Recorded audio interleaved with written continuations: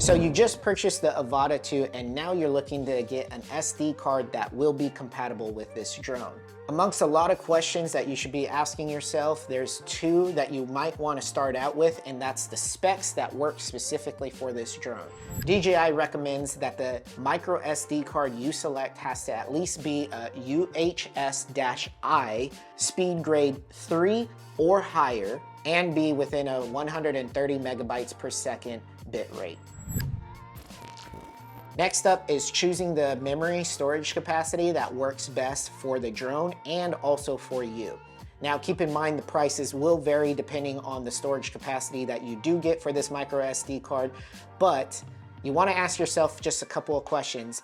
Number one is, what are the specs regarding it? DJI says that the max spec for your storage capacity can be anywhere from 512 gigabytes to a minimum of 32 gigabytes of memory. After knowing these specs, you want to ask a couple more questions that suits your needs the best. Things that might help you decide which storage capacity works for you and your drone are things like, are you going to be filming in 4K 120 frames per second, slow motion type footage? Are you going to be in remote areas? Are you going to be filming in log footage? Or do you have a lot of flexibility, like offloading the footage to a laptop or a computer when you're in a studio type setting? These questions are definitely going to help you decide if you need a higher gigabyte memory storage or a lower gigabyte memory storage.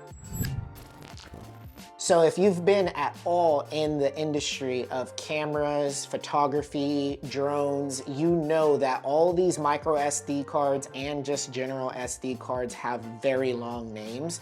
So I'm going to try and sum this up the best. Starting out with SanDisk Extreme Pro. If you select a SanDisk Extreme Pro 32 gigabytes, they say that you would be good. Moving down the list, if you're going anywhere from 64 gigabytes to 512 gigabytes, they recommend the Lexar Professional 1066X, which I will go ahead and put the full description down here as it can be a mouthful. Moving on to the next recommended micro SD card, a Kingston Canvas React Plus, anywhere from 64 gigabytes to 256 gigabytes of storage capacity. And lastly, for the biggest storage capacity, they recommend the Samsung Evo Plus for the 512 gigabytes. Now, just to let you guys know, what I went ahead and did is I actually chose one that's not on the recommended list because I actually had one micro SD card laying around and it happened to be a SanDisk 256 gigabytes of storage, which I'll put the full name down here below. Now that SD card will be also in the description below, but just keep in mind that it is not